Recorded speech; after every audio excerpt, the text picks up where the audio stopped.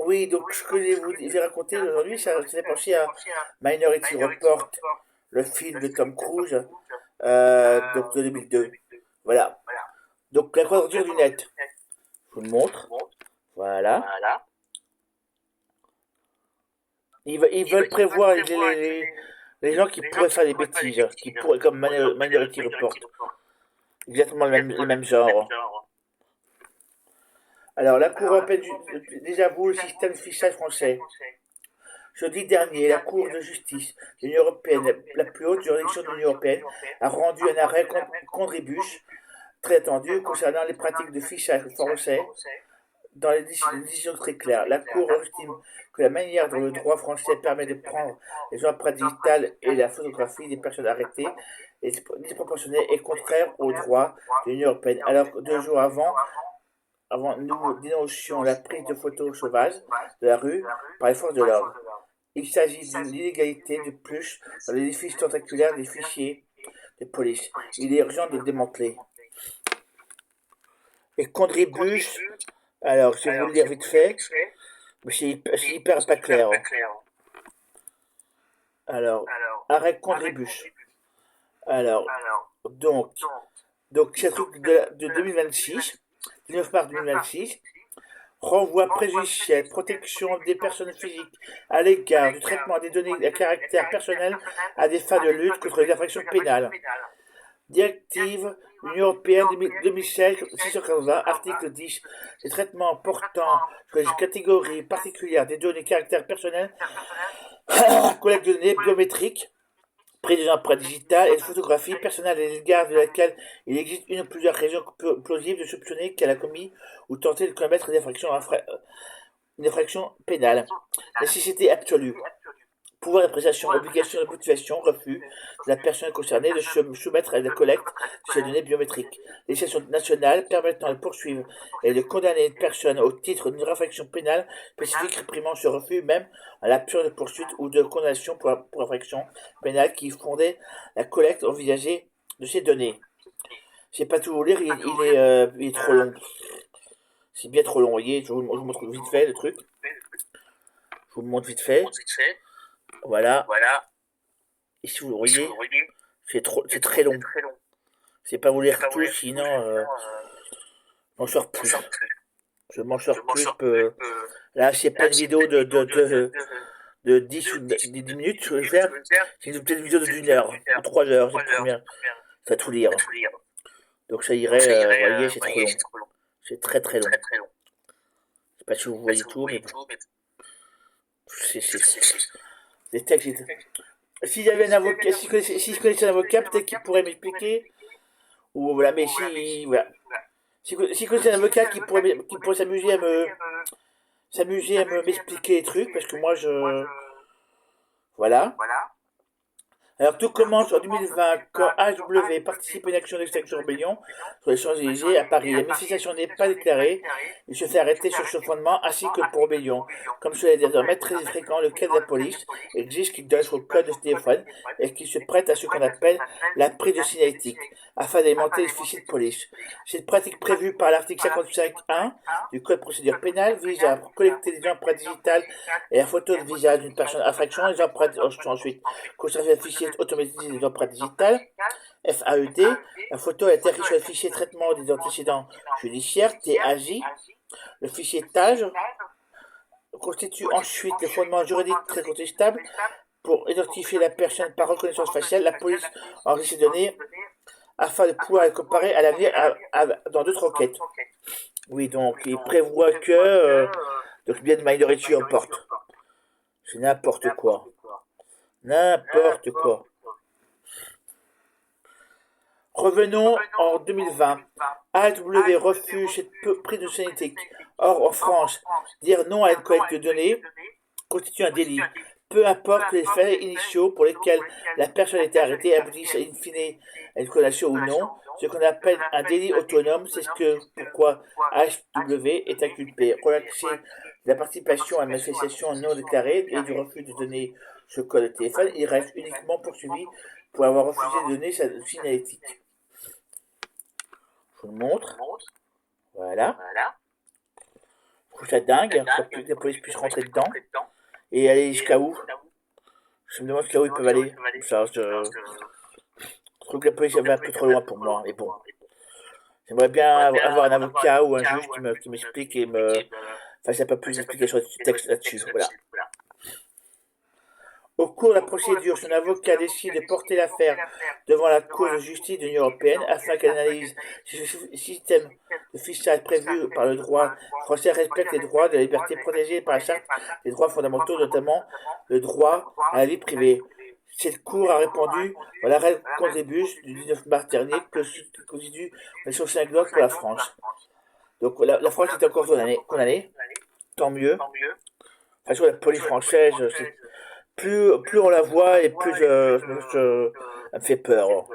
C'est plus une police de chasse publique, c'est une police pour certains.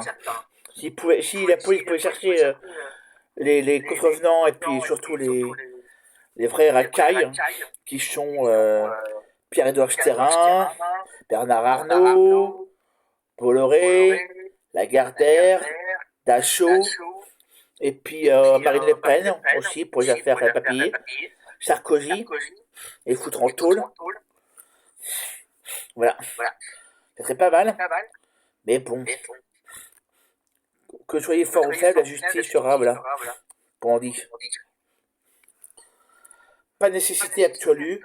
Premièrement, la Cour se penche sur le respect du droit français aux exigences de proportionnalité. En effet, les prises de photographie et d'empreintes constituent des traitements de données biométriques qui sont des données sensibles selon les droits européens.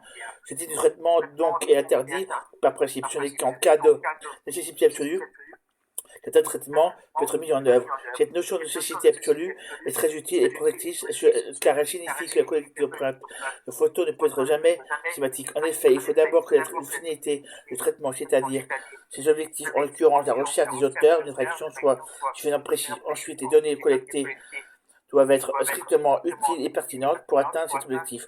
Ceci signifie qu'il ne doit exister aucun moyen alternatif et moins attentatoire aux droits fondamentaux. Pour atteindre l'objectif du traitement de manière aussi efficace, par conséquent, le traitement de données biométriques ne peut être forcément permis que dans un nombre limité de cas.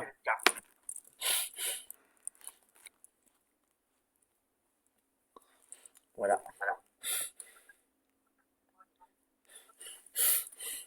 Pourtant, l'article 55.1 du Code de procédure pénale permet aux policiers de pouvoir faire des relevés signalétiques de toute personne à l'égard desquelles existe une ou plusieurs raisons plausibles de soupçonner qu'elle ait commis ou tenté de commettre une infraction pénale.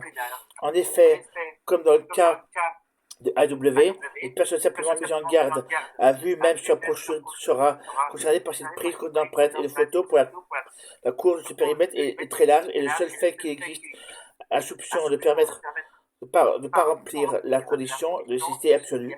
De plus, les dispositions propres relatives aux fichiers TAJ et FAET ne prévoient aucun respect de ces exigences et concernent un nombre très vaste de situations et de personnes.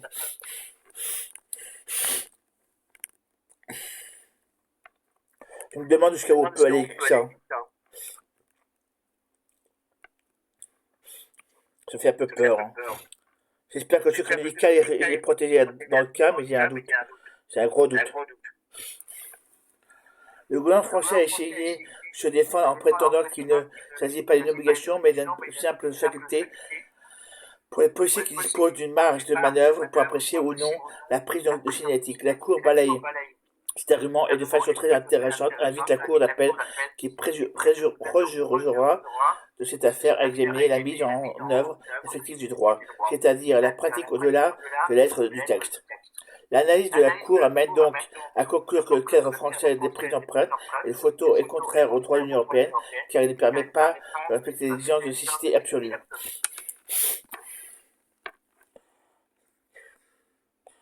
Je trouve que la justice française va trop loin, surtout la police. On ne sait pas jusqu'où ils peuvent aller.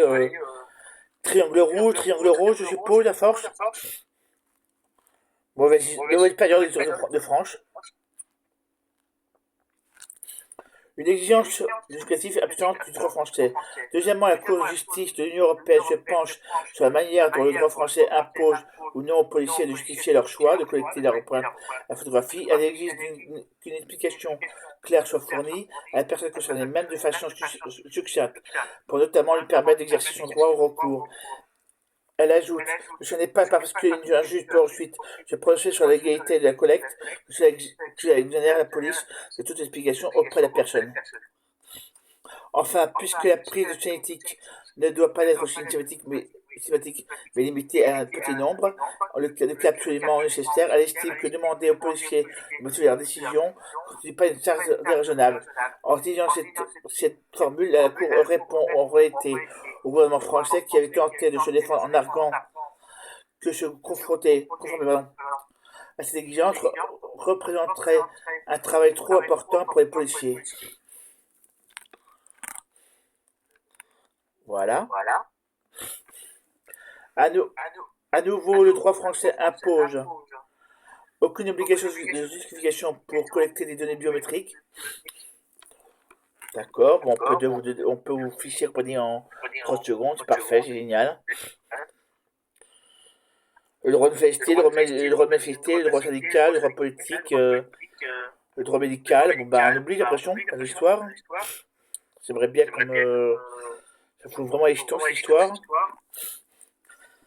À nouveau, alors, pour aucune obligation exclusive pour collecter des données biométriques, se retrouve donc non conforme au droit de l'Union européenne. Quant à la pratique, elle est également à l'opposé de ces exigences. Les policiers n'expliquent jamais pourquoi ils prennent l'empreinte et les photos quand une personne est arrêtée ou auditionnée. Ces gestes sont devenus une banalité de la commissariat, même pour les personnes en audition libre ou des mineurs. D'après les témoignages d'avocats, cela explique les chiffres faramineux de 9 millions de photos dans le TH et 6,5 millions d'empreintes dans la FAD. Surtout, cet article 55.1 est fréquemment utilisé pour mettre la pression sur les personnes qui s'exposent à la sanction et les en garde à vue si elles refusent. Rappelons également que depuis 2022, la prise d'empreintes peut être faite de force. C'est parfait, c'est génial. C'est plus la police, c'est la police politique, on dirait, aux limites. C'est pas trop penché. Moi, ça fout vraiment vachement les jetons, cette histoire. Je suppose que tous les gilets jaunes ont été fichés, tous les militants de l'extinction rebellion ont été fichés, tous les gens de la jeune garde ont été fichés, et quant aux personnes de personnes LFI ou LGBT, je suppose aussi, et j'espère aussi que l'extrême droite a été fichée, parce que c'est pas les personnes de gauche qui sont dangereuses, je rappelle. La déportation des personnes LGBT et des juifs et des musulmans et compagnie, et des personnes de gauche, c'est l'extrême droite, en 32,5. Enfin, dans le troisième temps, la Cour examine le caractère autonome du délit de refus de donner ses empreintes, c'est-à-dire le fait que personne puisse être poursuivi uniquement pour cela et indépendamment de la situation qui est menée sur l'arrestation. Malheureusement, les juges ne connaissent pas le principe. Cependant, il existe des conditions très strictes pour connaître quelqu'un pour un tel refus. Cela doit être fait en fonction des circonstances individuelles, comportant profil antécédent et être réservé aux cas les plus graves. Une fois de plus, le droit français ne respecte en rien ces exigences, puisque nombreuses personnes sont poursuivies uniquement sur la base de décennies, dans aucune appréciation individuelle de la situation. L'officiel français dans le viseur, cette décision de la CJUE, je vous montre, c'est pas moi qui fais, c'est trop compliqué, CJUE, voilà, constitue un bouleversement dans le droit français. En effet, sa portée légitime toute la philosophie qui a permis d'aimanter officier de police. En France, la collecte d'informations sur la population n'est pas pensée comme une exception, mais comme une manière de ratisser la plus large possible. La pratique montre bien que si les informations sont disponibles ou récupérables, la police les prend au cas où, pour plus tard. Si une personne est au commissariat ou existe d'elle sa signalétique, si une personne est contrôlée, on va la prendre en photo et l'identifier par reconnaissance faciale, mais que ce soit illégal, comme nous l'avions dénoncé avec les médias disclose. Donc, ça prouve bien que la police française dérape. Selon cette logique, chaque personne pourrait potentiellement être un futur suspect ou coupable, donc Minority Report, ce qui justifie la collecte de ces données de manière préventive et sont en raison valable. Cette vision selon laquelle En chacun se loge un potentiel suspect, le fondement même de surveillance de masse avec ses décisions. La Cour de justice exige un renversement total de la société idéologique. Contrairement à ce que prévoit le droit français, la collecte des informations et des données biométriques ne doit pas être une situation fréquente concernant une grande partie de la population, mais un cas exceptionnel réservé à quelques cas rares et hypothèses. C'est bientôt fini. L'arrêt Condribus porte donc un coup d'arrêt sur une surveillance abusive et massive mise en place depuis des années. Le ministère de l'Intérieur doit être sorti de son silence, rendre des comptes et ordonner que cessent immédiatement les prises d'empreintes et de police systématique. Par les cet arrêt majeur doit mener à une refonte intégrale du droit à la suppression des millions de fiches illégitimes et continue aujourd'hui dans le TAJ et le FAD. Voilà, c'est fini. Désolé, c'était un peu long. Mais si je montre bien une chute avec, ou une chute en tout cas parallèle avec Minority Report, un film de dingue. Voilà. Si vous aimez ce que je dis, si vous aimez mon ce que j'ai dit, tout ça, abonnez-vous et puis si vous voulez suivre ce que je fais, abonnez-vous. Abonnez-vous. Voilà. Bonne soirée à vous.